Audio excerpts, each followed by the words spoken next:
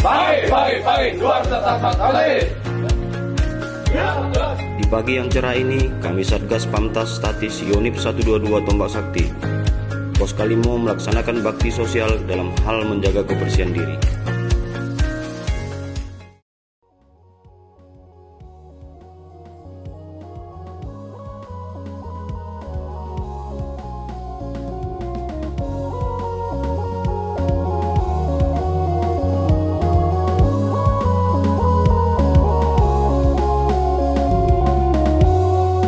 Indonesia negeri tercinta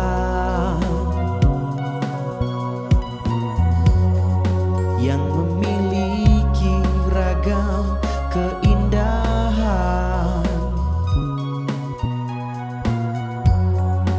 banyak suku dan aneka budaya, selalu damai dan sejahtera. Kuali merah putih teruslah berbagi untuk bangsa dan negeri ini.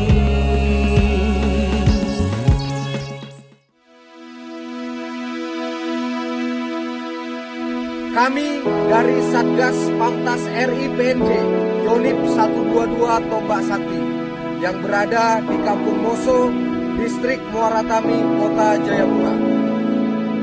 Saya Letnan 2 Infanteri Muhammad Tamrin Lubis dan Pos Moso. Ini kami akan membuat rakit penyeberangan sebagai pengganti jembatan gantung yang putus.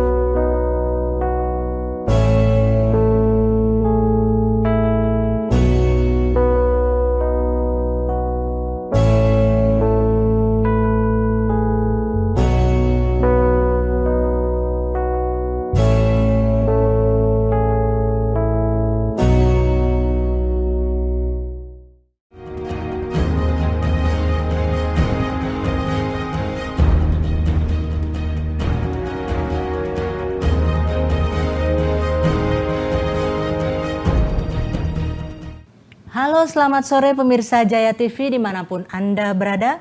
Senang sekali pada hari ini kami dapat kembali lagi hadir di hadapan layar kaca Anda dalam program Dialog Papua Menyapa edisi Sabtu 3 Agustus 2024 bersama saya Odiodata Hermina Julia.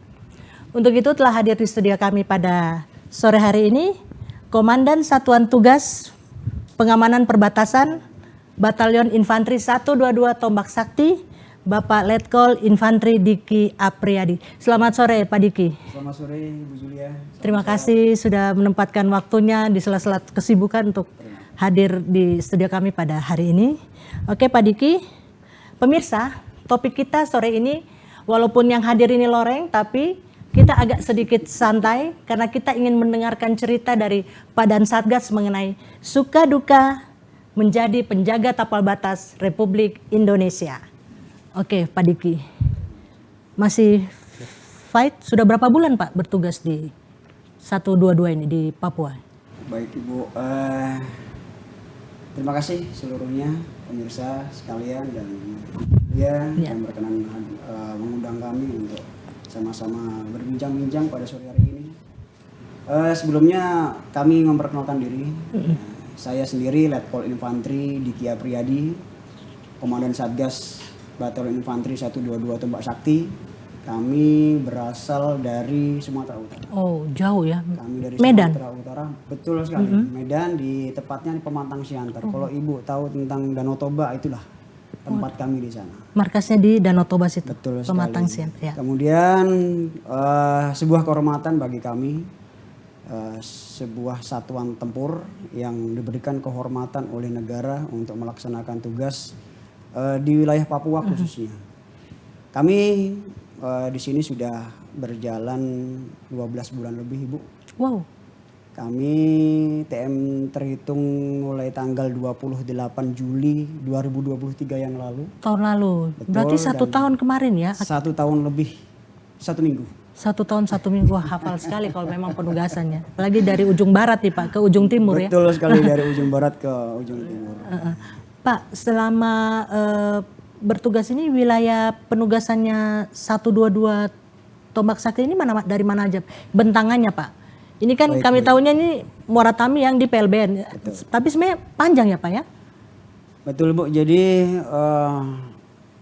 satuan kami mendapat sebuah amanah, yaitu tugas melaksanakan pengamanan perbatasan statis RIPNJ sektor utara. Tepatnya kami memiliki tanggung jawab 2 wilayah, Kota Jayapura di wilayah distrik Muara Tami sampai dengan di Kabupaten Kerom, itu tepatnya di distrik Waris. Kalau kita bentangkan garis perbatasan antara RIPNJ kurang lebih sekitar 80 km kalau kita buat garis lurus. Dan ini kami dari jumlah personel kami 450 orang tergelar menjadi 22 titik. 22 titik yang memang dominan kami difungsikan untuk menjaga wilayah perbatasan. Pak, 80 km itu jalannya lurus semua Pak? Jadi sebenarnya Bu ya, kalau kita memberikan deskripsi bagaimana perbatasan RIPNJ, ini memang perbatasan di peta itu tergambar lurus. Iya, betul sekali. Dalam kondisi nyata di lapangan, ini adalah garis khayal. Itu maksudnya garis khayal yang memang garis batas ini ditandai oleh patok-patok perbatasan. Jadi patok-patok perbatasan, contoh dari sektor kami, dari 80 km menjadi tanggung jawab kami hanya 8 patok. 8 patok yang menjadi indikator garis batas. Sehingga per 10 km baru ada patok. Dan ini tidak ada seperti di Cina ada garis batas benteng pagar, tidak ada. Hanya sebatas garis khayal yang bisa kita jadikan ini sebuah pedoman garis batas antara Indonesia dengan PNJ. Berarti yang kayak tugu kecil-kecil begitu? Betul. Tugu patok perbatasan tinggi sekitar 130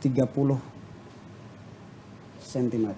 Itu berarti rentan untuk kita lewat itu dong Pak. Kalau hanya dengan, apalagi kalau misalnya yang tadi Bapak bilang tidak seperti kayak di China yang ada pagarnya, ini kan. Betul Bu. Jadi kalau kami katakan sebuah keamanan perbatasan ini mutlak harus kita jaga. Memang betul, di mana memang kita bisa memilih teman tapi tidak bisa memilih tetangga.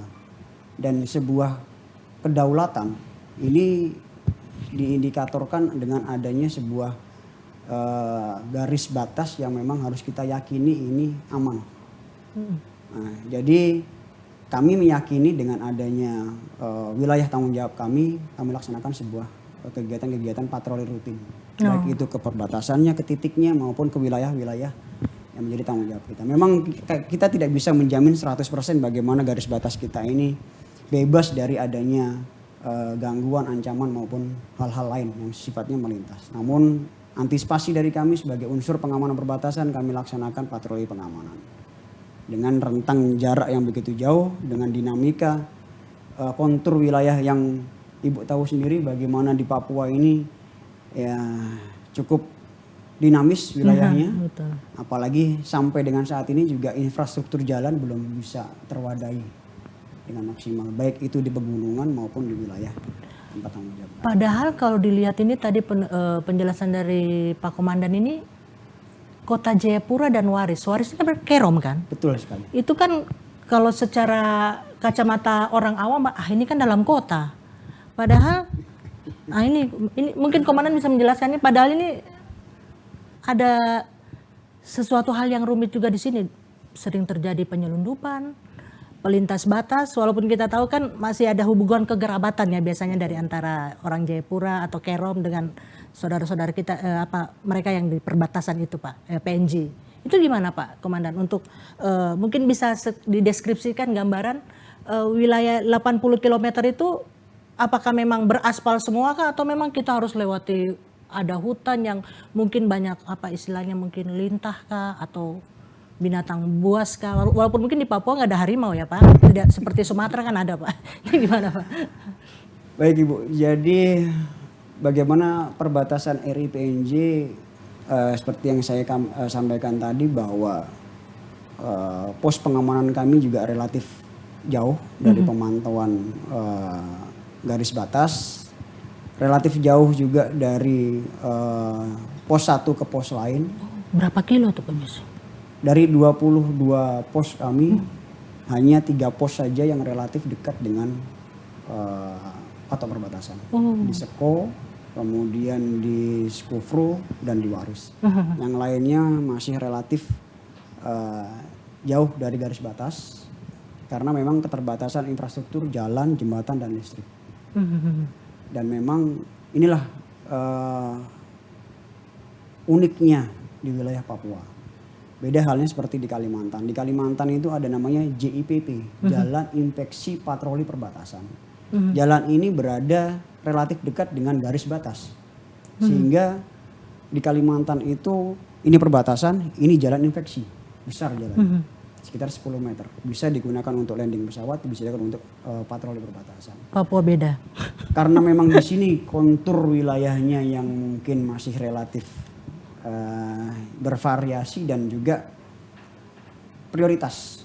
Karena prioritas mungkin yang perlu kami sarankan juga kepada pemerintah daerah, mungkin infrastruktur ini penting. Jalan, jembatan. Nah itu saya mau Infrastruktur ini sangat berpengaruh kepada semua lini.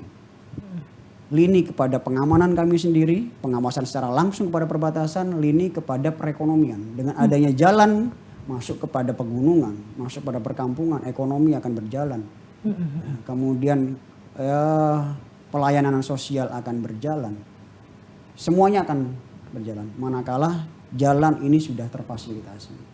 Mungkin prioritas yang pertama adalah bagaimana jalan ini semuanya terhubung. Jaring jalan mulai dari kota sampai di pegunungan. Sehingga permasalahan-permasalahan sosial, permasalahan-permasalahan tentang ekonomi ini bisa teratasi. Harga di bawah dengan di atas sama. Dengan adanya jaring jalan tersebut. Berarti ini selama ini kan pikiran kita ini kan yang hanya di pegunungan saja ya. Padahal kita di depan-depan ibu kota provinsi juga nih ada yang memang harus butuh perhatian. Ini Pak, yang tadi Bapak bilang yang ketinggian patok itu hanya 163 cm itu. Iya. Sementara kalau rumput naik ya kita kan nggak tahu patoknya. Itu gimana Pak? Itu tugas tentara yang kasih bersih-bersih kah? Atau itu kan sebenarnya tugas pemerintah Pak? Karena itu kan ada badan perbatasan juga. Ini gimana Pak? Jadi kolaborasinya antara Satgas dan dalam penanganan atau mungkin pengelolaan wilayah perbatasan kan ini tidak bisa kami juga sendiri. Ada badan yang menaungi, adalah Badan Pengelola Perbatasan provinsi, kemudian kabupaten dan kota pun ada. Ada, betul. Ini di bawah naungan Menteri Dalam Negeri. BNPP di dalamnya, di situ ada kita dilihat ada PLBN. Di sini kami juga berkolaborasi dengan unsur pemerintah yang ada untuk sama-sama meyakinkan bagaimana patok ini tidak ada pergeseran. Wilayah ini aman. Kami yang melaksanakan pembersihan, meyakinkan dengan kegiatan-kegiatan patroli. Kami juga sering melaksanakan keterpaduan antara kami dari TNI, dari Badan Pengelola Perbatasan, ya, termasuk dari instansi lain yang ada di PLBN, ada CIQS, ada imigrasi, karantina, biaya cukai. Kami juga melaksanakan patroli bersama menuju ke titik-titik. Mereka juga sering ikut patroli atau hanya anak buah Bapak ini? Gak usah ditutup-tutupi lah Pak. Sering, tapi mereka juga sama. Dan khususnya di wilayah Seko kita bersama-sama berkolaborasi karena memang ini sebuah satu keterpaduan tugas yang sama-sama harus kita. Masalahnya ini perbatasan antar negara Pak. Iya betul. Bukan perbatasan antar daerah satu kabupaten kota atau ini negara lah Pak. Ini istilahnya wajah kita ini ada di depan ini Pak. Betul sekali. Jadi kami baru selesai kemarin melaksanakan patroli di titik MM21. Ini jaraknya sekitar 18 kilo. Kami laksanakan patroli itu dari, selama 5 hari. Dari Moso. Dari Kampung Moso. Dari Kampung Moso ke titik tersebut MM2.1 ini jarak sekitar 18 kilo. Kami laksanakan patroli kemarin sekitar 5 hari. 4 malam. Jadi kami Jalan harus kaki. bisa meyakinkan karena kami juga ini tugas pokok kami meyakinkan wilayah perbatasan dalam kondisi aman, patok dalam kondisi tidak ada perubahan, kami laksanakan. Walaupun memang dengan segala konsekuensinya bermalam di hutan. Jalan kaki tuh ya Pak ya? Betul sekali. Jalan kaki. Tidak bisa lewat kendaraan darat? Tidak bisa. Yang saya sampaikan tadi, Turun di jaring Kampung- jalan terputus sampai dengan di Musuh saja. Selesai itu kami melaksanakan patroli. Itu sejauh berapa kilo Pak? Tapi Sekitar Bapak 18 kilo. kita tahan dulu pemirsa, kita jeda sejenak. Dialog Papua Menyapa akan segera kembali.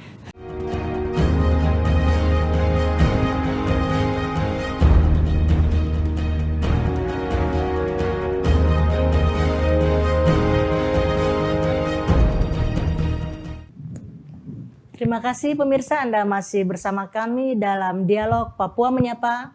Masih tetap bersama saya dan Satgas Pamtas Yonif 122 Tombak Sakti, Bapak Letkol Infantri Diki Apriyadi. Pak, saya mau tanya Pak, sebenarnya tugas pokok 122 ini apa Pak? Ini kan penjaga tugas pokok yang paling utama ini. Ini apa Pak? Mungkin Bapak bisa jelaskan agak lebih detail sedikit Pak.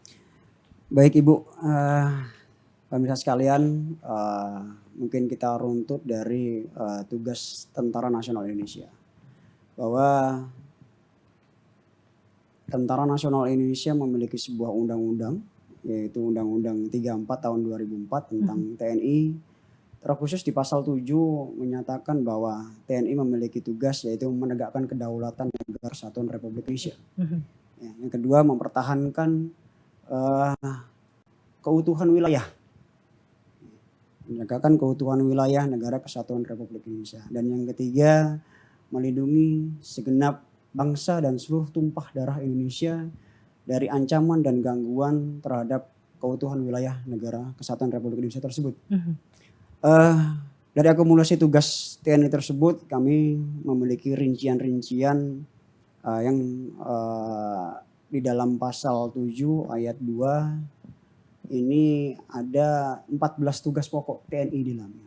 Khusus kepada kami sendiri sebagai Satuan Penugasan Pengamanan Perbatasan, kami memiliki tugas pokok yaitu melaksanakan pengamanan wilayah perbatasan. Yang kedua, kami mengatasi adanya gangguan separatis bersenjata tentunya yang karena memang di wilayah Papua masih ada hal tersebut. Yang ketiga dihadapkan dengan peran dukungan, kami membantu kepolisian dalam rangka Kamtipmas. Dan yang terakhir kami membantu pemerintah daerah dalam rangka tugas-tugas pelaksanaan pemerintah daerah di wilayah. Jadi selain kami melaksanakan tugas pokok kami menjaga wilayah perbatasan supaya aman, damai, dan sejahtera, kami juga memberikan sebuah perbantuan tugas-tugas kami kepada pemerintah daerah, termasuk kepolisian. Maksudnya apa? Mengawasi juga untuk misalnya ada penyelundupan seperti itu? Atau kan membantu kepolisian, berarti kan secara jelas berhubungan dengan penyakit-penyakit masyarakat ini? Atau bagaimana Pak? Betul sekali. Jadi tadi mungkin di awal sudah kita bahas tentang bagaimana tugas kami sebagai Satuan Pengamanan Perbatasan. Iya. Kami intinya menjaga sebuah kedaulatan negara dengan indikator wilayah perbatasan ini aman dari ancaman dan gangguan. Alhamdulillah sejauh ini sampai dengan 1 tahun kami melaksanakan tugas di sini tidak ada gangguan sekecil apapun di wilayah perbatasan. Kemudian dihadapkan dengan pelaksanaan tugas kami, perbantuan kepada kepolisian. Di sini tentang Kaptikmas juga kami memiliki tugas berkolaborasi dengan kepolisian. Pos-pos kami juga relatif dekat dengan pemukiman. Kami juga berkolaborasi dengan pemerintah, dengan kepolisian. Contohnya, di sini kita juga perlu adanya memitigasi ancaman atau gangguan kepada generasi muda dengan keamanan. Contoh, kami kemarin dengan kepolisian membuat sebuah deklarasi, yaitu kita buat kegiatan deklarasi bersama dengan masyarakat, dengan kepolisian, dengan unsur pemerintah daerah dan tokoh-tokoh anti narkoba. Sehingga masyarakat juga tidak teracuni oleh minum-minuman keras. Karena minuman keras ini sumber dari segalanya kan gitu. Betul, sumber dari segala kejahatan. Nah, narkoba di sini ada minuman keras, ada ganja. Betul. Yang sampai dengan sejauh ini kami sudah menangkap ganja itu kurang lebih 10 kg dari 12 kasus yang sudah kami tangani. Termasuk minuman keras yang sudah kurang lebih 200 botol minuman keras. Minuman lokal atau Campuran. campuran? Ya, ada minuman lokal, ada juga minuman dari luar. kayak bir apa? Iya betul. Dan ini ya kita berkomitmen bersama dengan kepolisian, ya kita tangkal dan kita berkoordinasi juga dengan tokoh-tokoh masyarakat sehingga kami bukan hanya memberikan sebuah sanksi, tapi kami juga memberikan sebuah edukasi, sosialisasi kepada anak sekolah, kemudian juga kepada Karang Taruna dan sebagainya, sehingga generasi muda kita tidak teracuni, tidak digembosi oleh kelompok-kelompok tertentu. Berarti itu pendekatan kayak teritorial juga ya itu. Betul sekali. Berarti kalau gini Komandan, kalau kita lihat ini untuk wilayah perbatasan itu bagaimana dari TNI ini kan suatu tantangan juga. Menjaga perbatasan, melakukan pendekatan humanis kepada masyarakat. Nah itu gimana itu? Ya betul sekali. Jadi memang kami TNI memiliki dua fungsi. Fungsi tempur dan fungsi teritorial. Di dalam kegiatan teritorial ini kami memiliki 3 metode. Metode pertama kami melaksanakan komunikasi sosial. Nah, komunikasi sosial itu seperti ini. Artinya kita mewujudkan sebuah keeratan hubungan untuk menciptakan sebuah partisipasi dan kerjasama. Kadang saya silaturahmi ngopi bersama dengan unsur Forkopimda, dengan tokoh-tokoh. Datang silaturahmi, kalau bahasa Jawa kami sowan. Datang ketemu silaturahmi, mencari sebuah celah apa yang bisa kami kerjakan. Kami mencari sebuah celah-celah yang bisa peran kami bisa masuk sesuai dengan kondisi yang pada saat itu belum tercover, sehingga peran kami bermanfaat tepat sasaran di situ. Itulah komunikasi sosial kami baik kepada tokoh-tokoh, kepada institusi, instansi PLBN, memasukkan peran-peran kami sehingga semuanya tertutup. Itu yang pertama. Yang kedua, kami melaksanakan kegiatan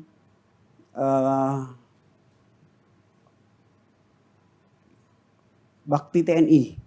Bakti TNI. TNMD itu semacam ya, TNMD. itu salah satunya. Oh.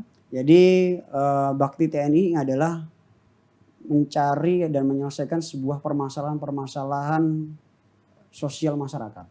Contoh ada sebuah keterbatasan air, listrik. Nah, peran kami masuk di situ. Mendorong pemerintah daerah seperti yang kemarin kami sudah mendorong pemerintah daerah untuk bagaimana pengaliran listrik. Akhirnya terwujudlah 4 kampung teraliri listrik. Kemudian pemasangan BTS. Sudah di Kerom itu terdapat sekitar 19 BTS terpasang. 4G berarti ya? Betul. Yang terakhir kami melaksanakan kegiatan-kegiatan Bintahwil, pembinaan ketahanan wilayah. Pembinaan ketahanan wilayah ini penting. Yang kami maksudkan adalah kegiatan ini mewujudkan potensi nasional untuk dijadikan sebuah kekuatan ketahanan nasional. Potensi di tempat kita ini apa? Personil, sumber daya manusia. Sumber daya manusia ini harapannya saya bilang tadi harus anak sekolah, anak muda diberikan sebuah edukasi pendidikan supaya dia pintar. Ini potensi sebuah negara. Diberikan ilmu, jangan sempat disentuh oleh barang-barang yang negatif, minuman keras, sehingga potensi sumber daya manusia ini berkualitas. Jadi kami berikan sebuah pengajaran, kami mengajar Bu di sekolah-sekolah. Kemudian juga memberikan sosialisasi tentang bagaimana bahaya narkoba, tentang bagaimana nasionalisme. Sehingga generasi muda ini memiliki sebuah keteguhan bahwa Indonesia adalah rumah kita. Rumah kita bersama. Indonesia kita harus kita majukan bersama. Kemudian potensi yang lain adalah sumber daya alam. Kita lihat bagaimana wilayah Papua ini, Indonesia khususnya memiliki sumber daya alam yang cukup melimpah dibandingkan negara lain. Mineral banyak, betul. Hayati, hewani, lahan kosong banyak. Jadikanlah Indonesia ini sebagai lumbung pangan dunia. Dan ini prospek ke depan yang akan dijalankan oleh pemerintah Indonesia. Bagaimana Indonesia akan menjadikan negara kita menjadi negara yang penyokong bahan makanan kepada seluruh dunia. Kalau dari 122 sendiri untuk sebagai penjaga perbatasan ini yang sudah dilakukan mengajari masyarakat itu seperti apa misalnya? Bukan hanya untuk anak sekolah aja ya, tapi Ya, kan betul. mungkin seperti mengajar mungkin kebersihan, terus mungkin ada pembuatan apa? Sempat saya dengar tuh ada mengajar membuat tempe, itu gimana? Betul. Tentara Jadi, juga bisa buat tempe ya. Itu salah satunya pembinaan ketahanan wilayah. Kami mengolah tempat-tempat, Kak, Bu. Jadi tempat-tempat lahan kosong ada sekitar 8 hektar. Ini kami bersihkan, kami grader, kami tanami mulai dari jagung, padi, bawang merah, cabai, terong, kacang panjang, semangka. Ini kami edukasikan kepada masyarakat. Subur itu. Alhamdulillah subur. Kami sudah panen. Di waris apalagi. Waris itu cukup produktif. Cuma ya memang perlu adanya maintenance dan keberlanjutan. Kemudian di sisi lain kami juga meningkatkan sebuah value nilai suatu barang. Contoh sagu kami buat kemarin kami edukasikan menjadi lepet pisang sagu. Oh. Jadi harga barang mentah kita jadikan barang yang menilainya lebih tinggi. Kedelai kita jadikan sebuah tempe. Itu kedelai itu dari hasil olahan lokal atau datangkan dari kota? Kedelai kemarin kami coba menanam. Ya. Namun karena kebutuhan kita banyak pada saat itu, sembari kami menanam, sembari kami pada saat awal kami beli dari kota untuk bahan bakunya. Akhirnya mengedukasikan bahwa kedelai ini bisa kita tingkatkan. Sehingga ada sebuahnya hilirisasi. Ya. Dari pembibitan, kemudian pengolahan dan penjualan. Nah, ini sudah kami edukasikan mulai dari pembibitan. Awalnya kami membeli karena memang belum ada di Kerom itu tentang pembibitan masalah kedelai. Oh iya betul. Akhirnya kami coba. Kami juga tentang pembuatan keripik pisang. Kami coba Itu kepada masyarakat lokal itu. kepada masyarakat lokal. Sejauh ini ketertarikan mereka seperti apa? Karena ada kan masyarakat yang masih tanda petik ya takut dengan tentara. Itu gimana? Oh, jadi selama kami di sini, selama saya setahun, prinsip kami adalah sapa, salam, senyum. Jadi ini memang ada di dalam doktrin kami. Kami memiliki sebuah doktrin tentang 8 wajib TNI. Bersikap ramah tamah terhadap rakyat, bersifat sopan santun terhadap rakyat, dan yang terakhir menjadi contoh dan mempelopori usaha-usaha untuk mengatasi kesulitan rakyat di sekelilingnya. Artinya kami menyadari bahwa kami datang ke tempat yang baru. Kami menyadari bahwa rumah yang kami datangi ini adalah rumah baru. Sehingga kami juga memperlakukan diri sebagai tamu yang sopan. Sehingga kami lakukan segala sesuatunya termasuk seluruh anggota kami berperan ya di mana bumi dipijak di situ langit dijunjung. Kami hargai adat istiadat yang ada. Kami dari rakyat untuk rakyat. Artinya kami tidak pernah membeda-bedakan kami ini siapa, tapi ya sebagai institusi, kami sebagai penegak keamanan, sebagai masyarakat kami akan merangkul dan keinginan kita bersama bahwa sesuai program yang tadi kami ingin meningkatkan kesejahteraan masyarakat di wilayah tanggung jawab kami. Pak, 1 tahun bertugas dengan kondisi wilayah yang bisa dikatakan amat sangat sulit walaupun ini di depan mata ibu kota provinsi Papua ini ya. Mengusir rasa kangen kepada keluarga itu bagaimana Pak? Jadi gini, betul Dan sekali. juga satu Pak, malaria. Nah ini gimana Pak? Saya bahas tentang permasalahan bagaimana sebuah konsekuensi bahwa kami melaksanakan tugas adalah sebuah kehormatan. Tugas adalah sebuah kehormatan bagi kami seorang militer, dan kami berangkat dengan sebuah kehormatan, pulang adalah sebuah kebanggaan. Artinya kami dari awal sudah disiapkan untuk menjadi satuan yang siap melaksanakan tugas. Disinilah kami mengaplikasikan tugas dengan sebuah konsekuensi bahwa kami harus meninggalkan keluarga di rumah, anak istri. Mohon maaf Bu, sampai dengan saat ini saja sudah 25 ibu-ibu persit yang melahirkan dengan kondisi suaminya ada di daerah penugasan. 122 ini? 25 ibu-ibu persit. 25 ibu-ibu persit. Berarti 25 prajurit ya? 25 anak baru lahir, Bu. Ditinggal bapaknya di sini dengan mengabdikan. Ini sebuah konsekuensi buat kami sebagai institusi keamanan yang memang ditugaskan melaksanakan tugas di Papua. Tapi ini tidak ada sebuah hambatan, ini sebuah kebanggaan buat kami. Alhamdulillah sejauh ini beberapa pos kami masih bisa terkonek oleh internet. Oh ya, itu Sehingga keuntungannya. itulah momen-momen dan mungkin peluang-peluang untuk menjaga komunikasi dengan keluarga. Saya wajibkan apabila memang ada sinyal, karena ada beberapa pos yang mungkin terhambat oleh sinyal, menginformasikan, mengabarkan, menanya kondisi keluarganya. Karena garis belakang ini penting. Percuma di daerah penugasan berhasil namun di Keluarganya belakang. hancur. Dan peran persit, peran garis belakang ini penting. Jadi kami mohon doa restunya, kami mohon doanya apabila kami di sini ada sedang kegiatan, ada gangguan atau mungkin ada hal-hal yang ini, kami minta doa di sana. Bisa dibilang ini pemirsa Satgas 122 Tombak Sakti ini berprestasi karena kalau nggak salah dari bincang-bincang dengan Pak Komandan ini adalah penugasan kedua ya. Betul sekali. Yang pertama 2021. Kalau kembali lagi dengan tempat penugasan yang sama berarti ini kan bisa dibilang sukses. Ini gimana Komandan kiat-kiatnya untuk supaya anak-anak buah Komandan ini, personel ini betul-betul mereka yang tadi lebih ke berapa ini untuk mendekatkan kepada masyarakat dan tidak lupa juga tetap dengan tupoksinya menjaga perbatasan. Baik Ibu, jadi penugasan kami di daerah khusus di wilayah Jayapura dan Kabupaten Kerom ini yang kedua kalinya. Beberapa tahun yang lalu, tahun 2020-2021, batalion kami juga melaksanakan tugas di sini. Ya. Kemudian dan saat ini kami melaksanakan tugas ulang di sini. Kemudian dihadapkan dengan sebuah keberhasilan.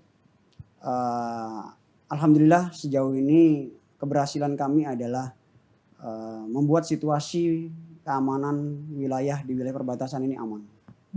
Dan kami kemarin juga mendapat sebuah apresiasi penghargaan dari BNN Provinsi Jayapura terkait dengan penangkapan narkoba. Yang kedua kami juga mendapat apresiasi piagam dari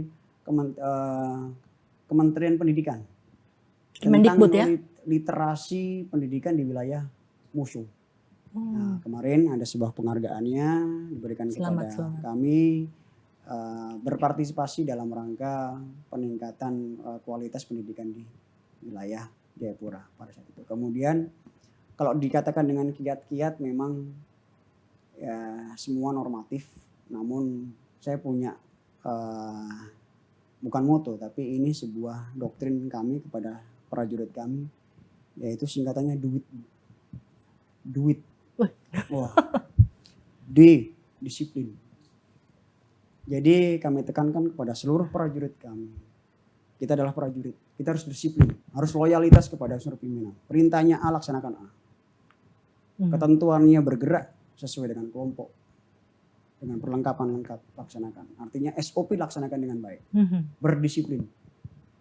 Baik itu disiplin tentang penggunaan perlengkapan, disiplin tentang kegiatan dan sebagainya, tentang loyalitas. Yang kedua, duit, usaha. Usaha adalah kami melaksanakan sebuah kegiatan dengan penuh tanggung jawab, dengan sebuah orang bilang itu jatuh bangun, pantang menyerah. Ibu mungkin sudah melihat garis batas begitu jauh, begitu sulit. 5 hari kami laksanakan patroli, tidak ada tantangan, tidak ada halangan, kami laksanakan. Hantam kromo aja. Iya, artinya kami jatuh bangun, ya artinya kami melaksanakan tugas ini dengan penuh, ya, penuh tanggung jawab, kami laksanakan dengan maksimal. Kemudian duit tadi. I adalah dengan sebuah keikhlasan. Kami melaksanakan segala tugas kegiatan apapun di sini dengan sebuah keikhlasan. Tulus ikhlas kami melaksanakan kegiatan ini dengan sebuah keyakinan bahwa satu buah kebaikan pasti akan melahirkan sejuta kebahagiaan. Oke, sabar Komandan. T-nya kita jeda sejenak, kita tahan dulu. Pemirsa, kami akan kembali setelah pesan-pesan berikut ini. Untuk itu tetaplah bersama kami. Dialog Papua Menyapa segera akan kembali.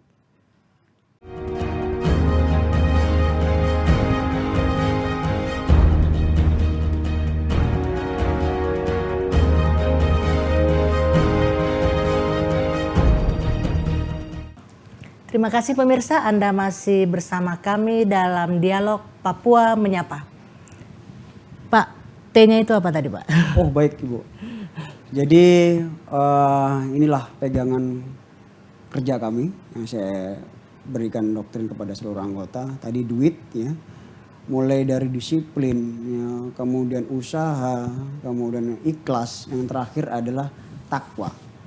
Takwa ini penting ya, kami memberikan sebuah doktrinisasi bahwa kepada anggota iman adalah sebuah dasar, iman adalah sebuah ketakwaan pegangan dari masing-masing. Jadi kami yang Islam Bu, ya, yang Islam setiap sholat 5 waktu kami sebuah ada absensi. Ya. Bukan kami tidak percaya terhadap anggota, namun ini sebuah keyakinan Wajib kami, ya? wajib sholat subuh, zuhur, asar, termasuk yang Nasrani pun sama. Pertamiangan, pagi pun mereka bangun. Yang lain sholat, mereka beribadah sendiri.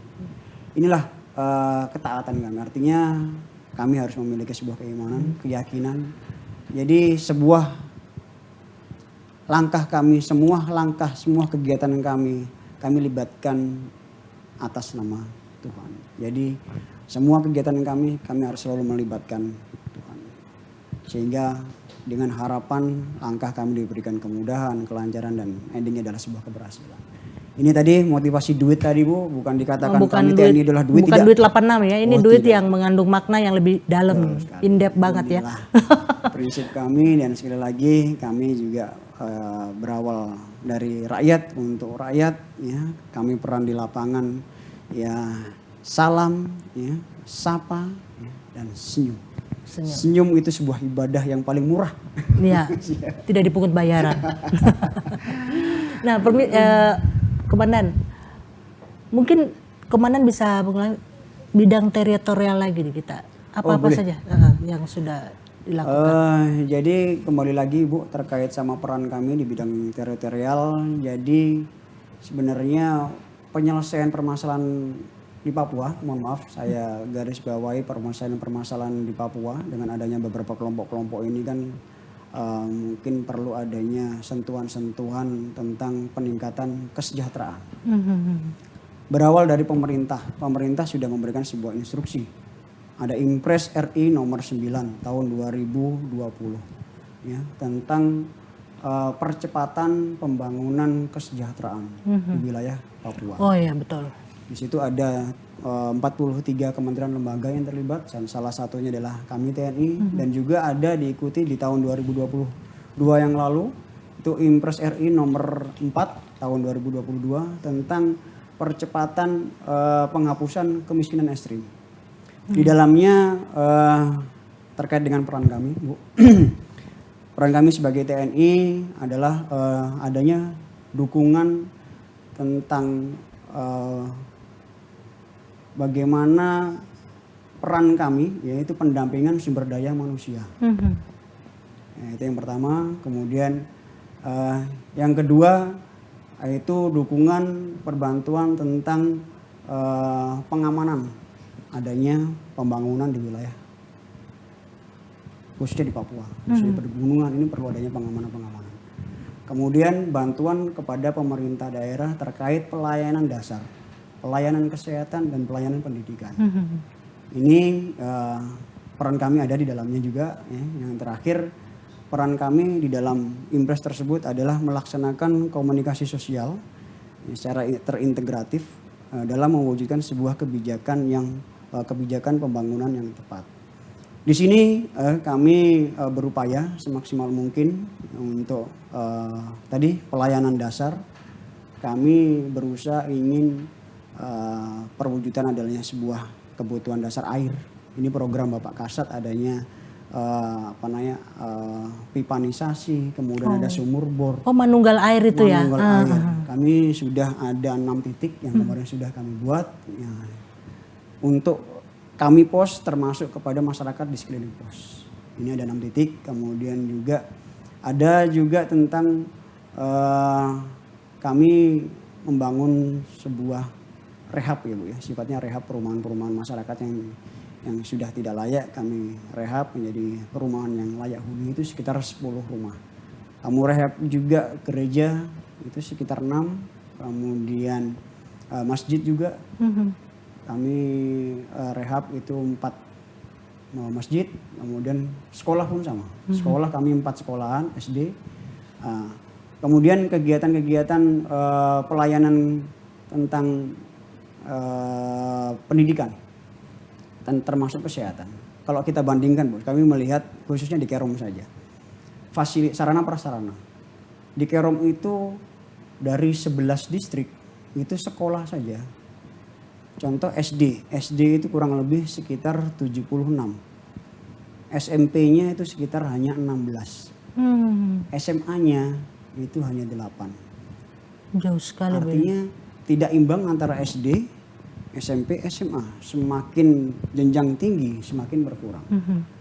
Nah, ini perlu adanya mungkin peningkatan pembangunan fasilitas tentang pendidikan sehingga mereka sejajar antara SD, SMP, SMA berkelanjutan. Akhirnya kami juga memberikan edukasi, memberikan perbantuan pembelajaran kepada sekolah-sekolah, termasuk wilayah-wilayah yang tidak tersentuh oleh adanya fasilitas. Kemudian juga fasilitas kesehatan Bu.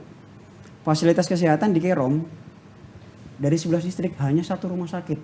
Rumah sakit Kuahingga ada di Arso. Iya, pada luas itu Kerom itu. Iya. Kemudian puskesmasnya hanya sekitar 19. Artinya apa? Peran kami di bidang kesehatan ini cukup berarti. Jadi kemarin ada masyarakat melahirkan, ada masyarakat luka, larinya ke pos. Semua larinya ke pos. Artinya dengan fasilitas kesehatan cukup jauh. Ya, sehingga peran kami yang tergelar di masing-masing pos ini menjadi menjadi sebuah titik, ya, menjadi sebuah titik pengaduan masyarakat dan ya pengobatan masyarakat. Sehingga kami sangat dibutuhkannya. Dengan peran-peran ini kami juga berkoordinasi dengan pemerintah daerah, dinas kesehatan untuk meminta obat, pengajuan obat karena memang secara operasional kami di lapangan. Kemudian di sisi lain Bu, kami kemarin di tahun 2023 kami membuat sebuah kegiatan bersama antara kedua negara. Ya. Ini DISCO, Border Trade Show.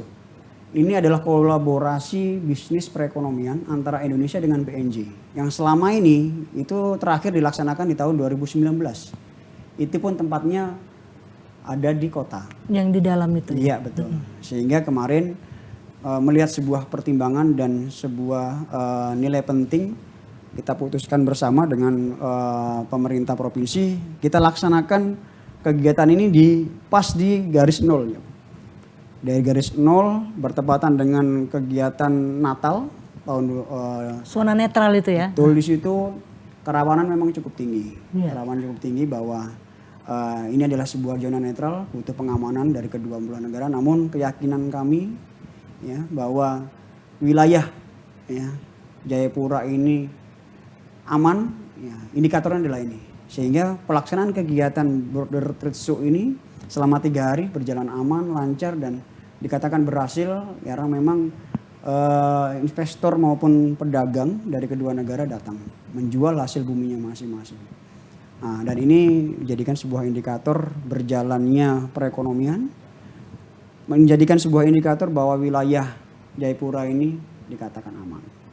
Nah, ini di tahun 2024 ini pula ya nanti akan diselenggarakan kembali, namun dengan beberapa evaluasi-evaluasi yang tentunya akan lebih besar untuk kita laksanakan di wilayah perbatasan. Ya. Gitu. Komandan, 1 tahun 1 minggu, 12 bulan 7 hari. Betul sekali. Berarti sudah mau penarikan ya. Mungkin Komandan sebelum kita menutup segmen, mungkin Komandan bisa memberikan semacam pesan, kesan selama bertugas di Papua, khususnya menjaga ini nih, penjaga, boleh dibilang ini penjaga gawang lah, tapal batas negara kita ini, Republik Indonesia. Betul. Kesan kami sekali lagi penugasan adalah sebuah kehormatan buat kami unsur TNI. Kemudian disinilah sejarah hidup kami bertambah. Kami banyak mengenal masyarakat. Ya, kami banyak mengenal institusi dengan segala bentuk macam tupoksinya masing-masing. Kami banyak mengenal bagaimana keanekaragaman budaya, adat. Kami merasakan di wilayah Papua inilah miniaturnya Nusantara ada di sini. Apalagi di wilayah Jayapura yang lebih kental lagi di Kerong. Ini miniaturnya Nusantara. Di situ ada orang Papua, orang Sulawesi, orang Jawa, orang Sumatera. Jadi satu di situ. Dan ini mereka hidup rukun. Hidup rukun, hidup damai, hidup sejahtera dalam proses menuju hal yang lebih baik. Artinya kami merasakan sebuah keluarga baru. Inilah pengalaman hidup kami, baik kami pribadi termasuk anggota kami juga mendapat sebuah keluarga baru, pengalaman kami di sini. Ini cukup berharga. Tidak semua orang bisa merasakan bagaimana melihat keanekaragaman, kedinamisan yang ada di wilayah Papua. Ya. Dan mungkin ada sedikit sentilan, oh Papua seperti ini. Tidak. Kami katakan saya walaupun memang baru 1 tahun di sini, kami merasakan bagaimana sebuah kedamaian, sebuah kebinekaan terjalin di wilayah Papua ini, khususnya di Jayapura dan Kerong. Ini semuanya saling menjaga dan seluruh instansi, seluruh tokoh. Kami juga sering berdiskusi dengan MRP, dengan para tokoh-tokoh. Ingin bagaimana Papua ini ke depan maju. Ingin bagaimana generasi muda kita ke depan ini menjadi generasi yang produktif dan bahagia. Sehingga dengan harapan kita semua yang menolak adanya gangguan ancaman yang sifatnya ingin mengganggu, gusar ketertiban, keamanan, dan peningkatan kesejahteraan di wilayah Jayapura ini. Sekali lagi kami sebagai satuan penugasan yang mungkin ada batas waktu melaksanakan tugas di sini, kami cukup bangga, cukup terhormat, dan ini sebuah kenangan hidup kami.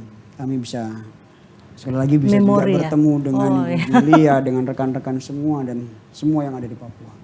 Ini sebuah pengalaman hidup buat kami, dan memang kesan-kesan kami di sini tidak bisa ternilai oleh apapun. Walaupun dengan sebuah konsekuensi yang kami bilang kami jauh dari keluarga.